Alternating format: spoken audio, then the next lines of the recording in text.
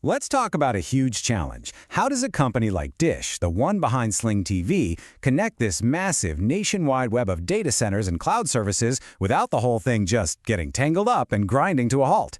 Well, today we're going to pull back the curtain and see exactly how they did it. And just so you know, everything we're about to cover comes straight from a really detailed blog post by AWS for Industries. We're going to break down all the key pieces of that case study for you right here. So, this is the big question, right? This is what the engineers at Dish were staring down.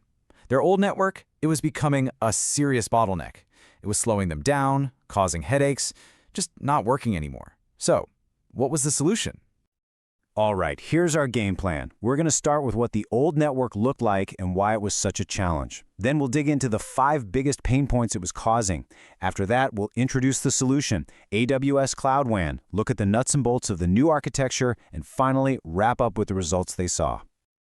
So first things first, let's get a feel for just how big of a problem we're talking about.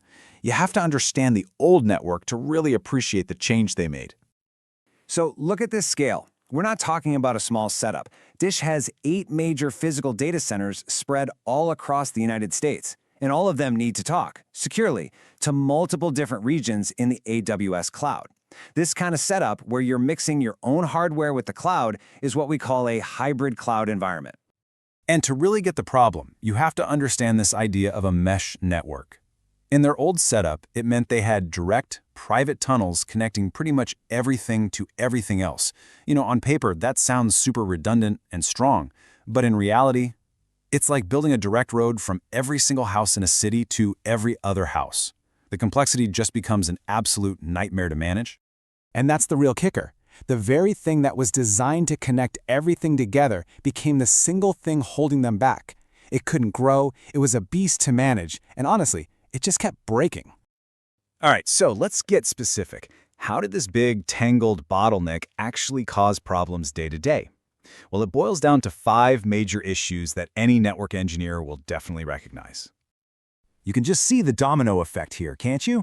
The insane complexity meant you couldn't really automate anything, and because everything was manual, the network was totally rigid. Making a simple change was a huge, slow project.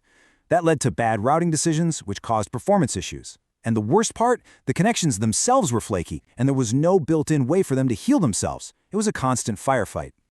So Dish knew they couldn't just keep putting Band-Aids on this thing. They needed a totally new approach. They decided to move away from their old model and embrace a much more modern, cloud-centric way of thinking.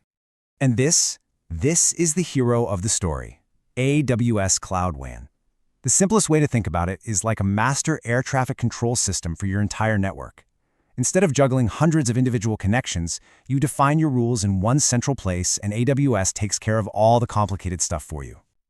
I mean, the difference here is just night and day. They went from that chaotic, tangled mesh to what's called a hub and spoke model. It's a simple idea. Instead of everything connecting to everything else, all of their locations, the spokes, just connect to one central point, the hub. And that hub is CloudWAN. It just simplifies the entire picture. Okay, so let's pop the hood and get a little more technical. How did they actually put this new network together? Well, they broke the problem down into 2 main scenarios, or paths. So path number 1 was all about that hybrid cloud problem. They needed a clean, simple, reliable way to link their own physical data centers with all of their stuff running in the AWS cloud. And here's how that hub and spoke model looks in practice. CloudWAN is the central hub. Dish's data centers are spokes, and their cloud networks, these things called VPCs, are also spokes. But here's the really clever part. They use a feature in CloudWAN called segments. Think of it like a traffic cop that creates these invisible walls, making absolutely sure that, say, development traffic and production traffic can never ever cross paths. It's all about isolation and security. Okay, so that handles connecting the physical world to the cloud. But the second challenge was a little different. How do you manage all the communication between different applications that are already living inside of AWS? Now, for any of the architects or senior engineers watching, this is a really important point. Dish didn't have to do a painful rip and replace of everything all at once. For their older stuff, they just took their existing regional cloud hubs, these things called transit gateways, and plugged them right into the new global CloudWAN hub. This meant they could migrate gradually without a big bang cutover, which is a huge win in the real world.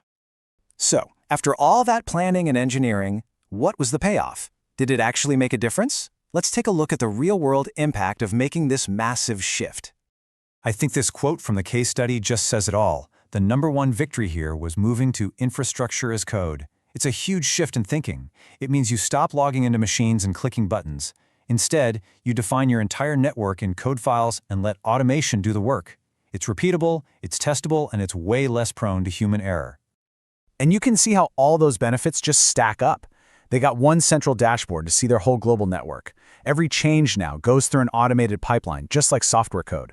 Monitoring is all in one place. And at the end of the day, all of this meant they could move faster as a business because the network wasn't a roadblock anymore.